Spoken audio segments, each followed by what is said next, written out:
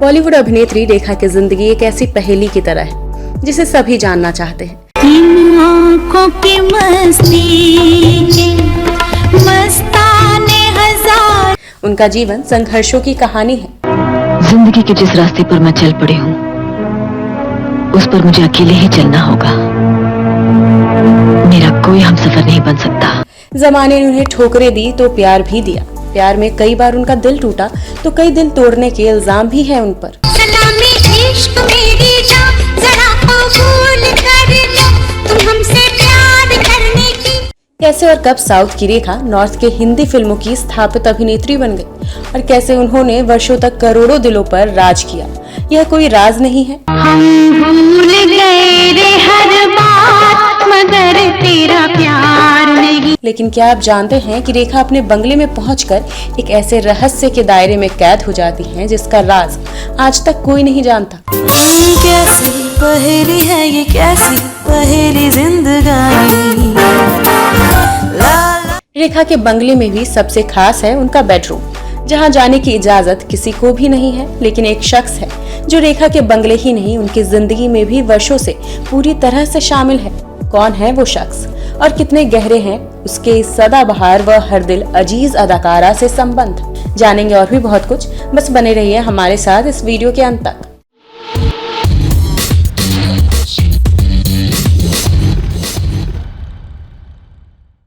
कान में झुमका, चाल में झुमका, कमर पे चोटी लटके, हो गया दिल का पुर्जा पुर्जा। दोस्तों नमस्कार, मैं हूं शिवानी और आप देख रहे हैं लेमन जूस कैंडी। रेविशिंग रेखा, सौंदर्य की देवी, एजलेस ब्यूटी, खूबसूरत, उमराव जान, मैडम एक्स। रेखा के कितने अलंकार हैं, कितने उपनाम हैं, शायद उन्हें भी मालूम नहीं होगा। उनकी उम्र 70 के आसपास की हो चुकी है, लेकिन आज भी उनकी खूबसूरती यंग अभिनेत्रियों को भी मात देती है। इतनी कीमत पे तो मैं सिकंदर की तस्वीर भी न बेचूं, और अब सिकंदर खरीदने आए हैं। उन्होंने 70, 80 और 90 के दशक में दर्जनों हिट फिल्मों में काम किया और कई सदाबहार फिल्में दी हैं। रेखा जितना अपनी अदाओं से लोगों को दीवाना बनाती हैं, उतनी ही दमदार उनकी एक्टिंग भी है। वो अपने करियर के साथ साथ अपनी निजी जिंदगी को लेकर भी काफी चर्चा में रहती है। जंगली बेहुदा नहीं। गौरी मैं कहता हूँ चुप हो जा, नहीं तो क्या करोगे? मार डालोगे?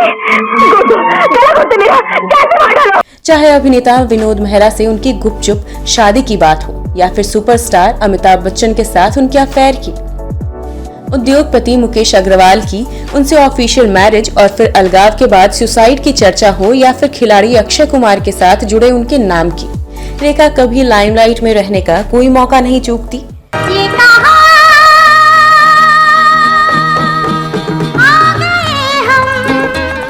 10 अक्टूबर 1954 को चेन्नई में जन्मी रेखा की निजी जिंदगी किसी सस्पेंस से कम नहीं है। उन्हें एक नाजायज औलाद होने का दर्जा भी मिला और इच्छा नहीं होने के बावजूद उन्हें फिल्मों में काम करना पड़ा। वो अपने पिता जामिनी गणेशन से इतनी नाराज थी कि उनके अंतिम संस्कार में भी नहीं गई। Ever have a chance? No, never. Or was it that it wasn't your mother's wish or your father's wish? No, I never had a chance. He didn't stop to come and talk to you? No, I didn't think he noticed me.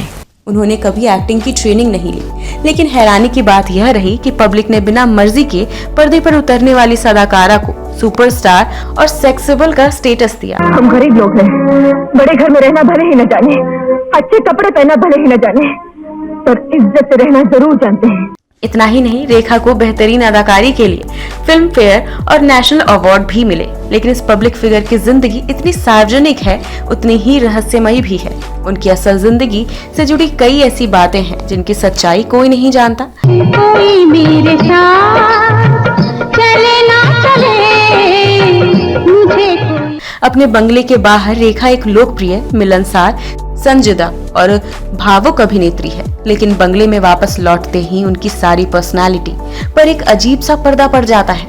कहते हैं आज तक किसी ने रेखा के बंगले के अंदर का नजारा नहीं देखा।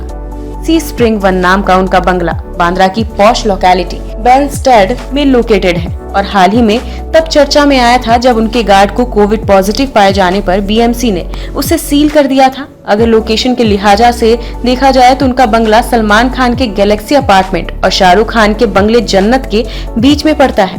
फिल्मों के दीवाने अक्सर सलमान और शाहरुख को उनके बंगले या फ्लैट की बालकनी में देख सकते हैं, लेकिन रेखा को आज तक शायद ही किसी ने देखा हो। उनके इलाके में 4 दीवारी ऊंची करने की इजाजत नहीं है, लेकिन रेखा ने उस पर बांस का घेरा लगवाया है।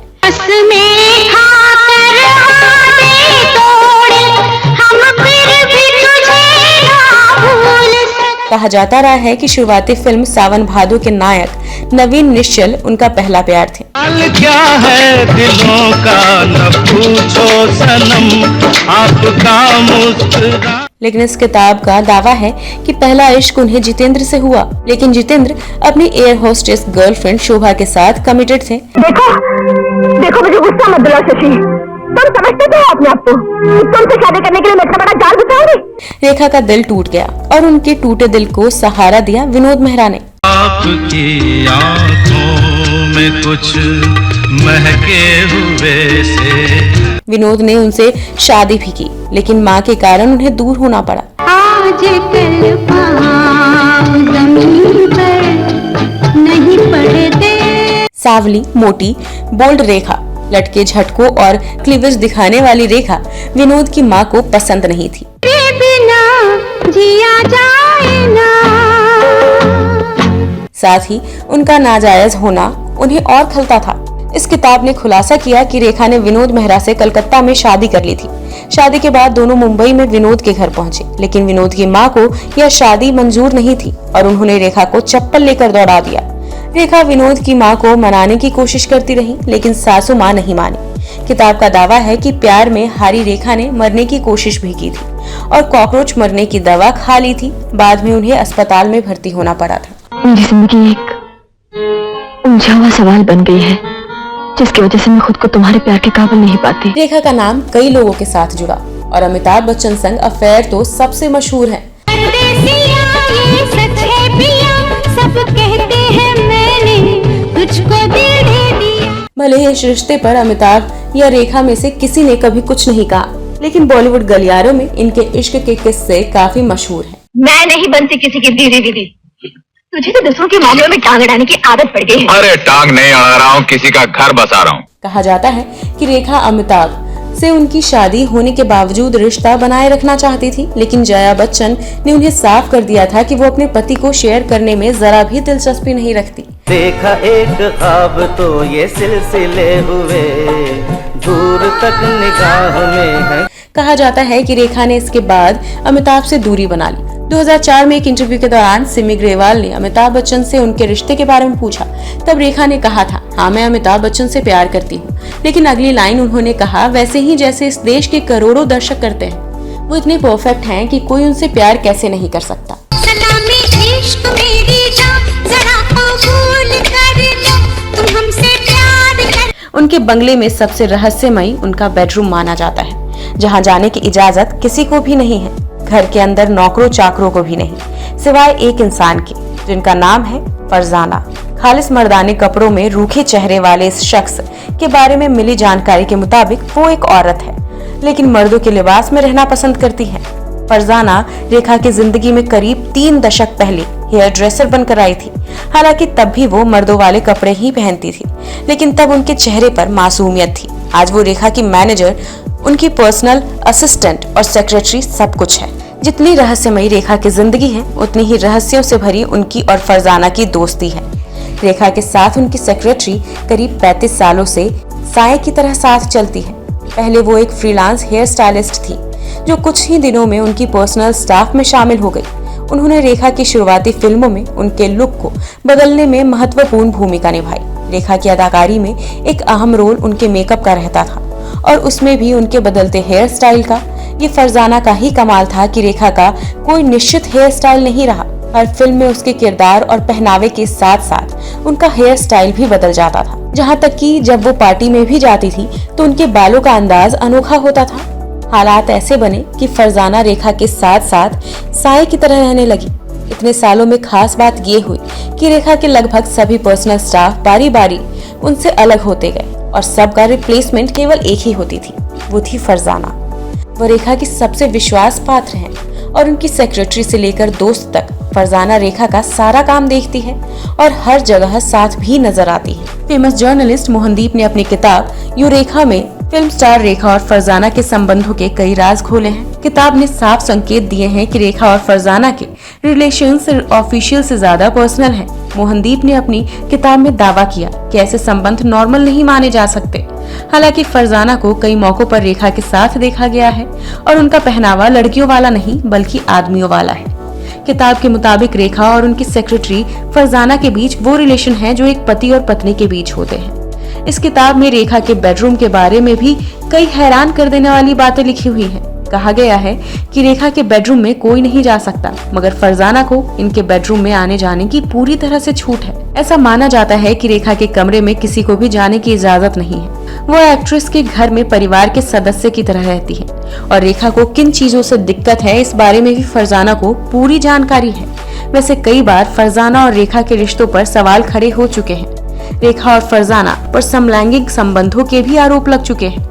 हालांकि अपने ऊपर लगे आरोपों पर कभी रेखा ने कुछ नहीं कहा और उन्होंने फरजाना को अपनी सोल सिस्टर यानी आत्मा से जुड़ी बहन बताया है। इसके अलावा पत्रकार मालविका संघवी ने लिखा था कि रेखा के लिए फरजाना एकदम परफेक्ट है। उनका कहना है कि फरजाना रेखा के लिए सब कुछ है।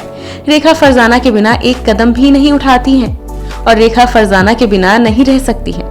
पत्रकार और लेखक यासिर उस्मान ने अपनी किताब रेखा द अनटोल्ड स्टोरी में उनकी पर्सनल जिंदगी के बारे में कई राज सबके सामने खोल के रख दिए। किताब ने रेखा के फरजाना से संबंधों के अलावा भी कई संबंधों का जिक्र किया है। किताब में बताया गया है कि रेखा को शुरुआती दिनों में काफी स्ट्रगल करना पड़ा था। काफी कम उम्र में उनके साथ इंडस्ट्री में काफी बुरा व्यवहार किया गया। शुरुआती फिल्मों में ही उन्हें जबरदस्ती स्मूच का शिकार होना पड़ा था जब वह महज 15 साल की थीं और फिल्मों में करियर बनाने निकल पड़ी थी। यह घटना उनके साथ मुंबई में फिल्म शूटिंग के दौरान सन 1968 में घटी। इस किताब के मुताबिक फिल्म अनजाना सफर के सेट पर रेखा के साथ अभिनेता विश्वजीत ने 5 मिनट तक स्मूच किया था, वो भी बिना जानकारी दिए, और यह सीन देने के बाद वह बेहोश हो गई थी। इस किताब के मुताबिक रेखा इस सीन के बाद बहुत रोई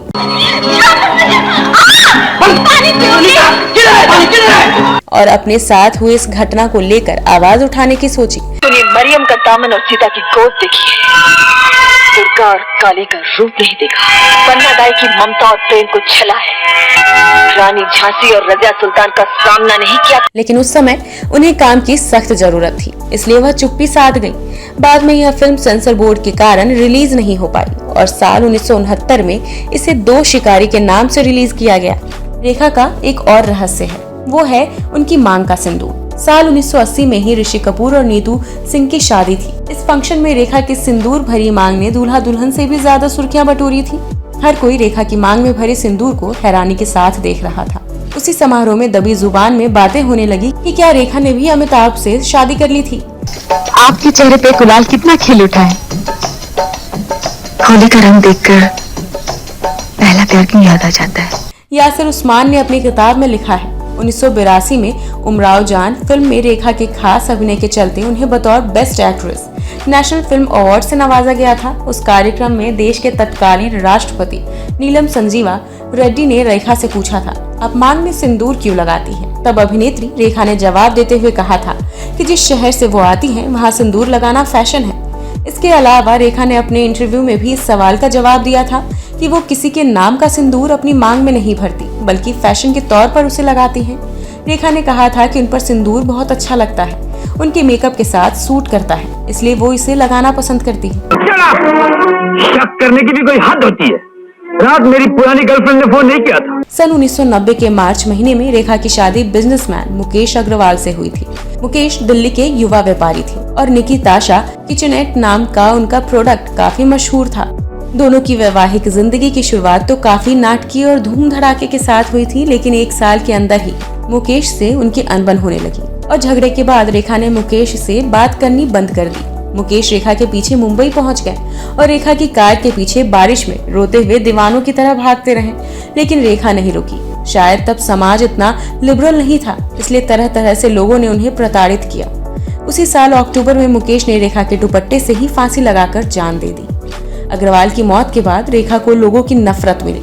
उस वक्त पूरे देश ने उन्हें वैम्प करार दिया था। उनकी फिल्म शेषनाग के पोस्टर पर कालिख मली गई थी। रेखा आज भले ही दूसरी हसीनाओं की तरह पार्टियों या पब्लिक फंक्शंस में कम नजर आती हो, लेकिन कहने की जरूरत नहीं है कि उनके चाहने वाले उनके दीवाने हैं।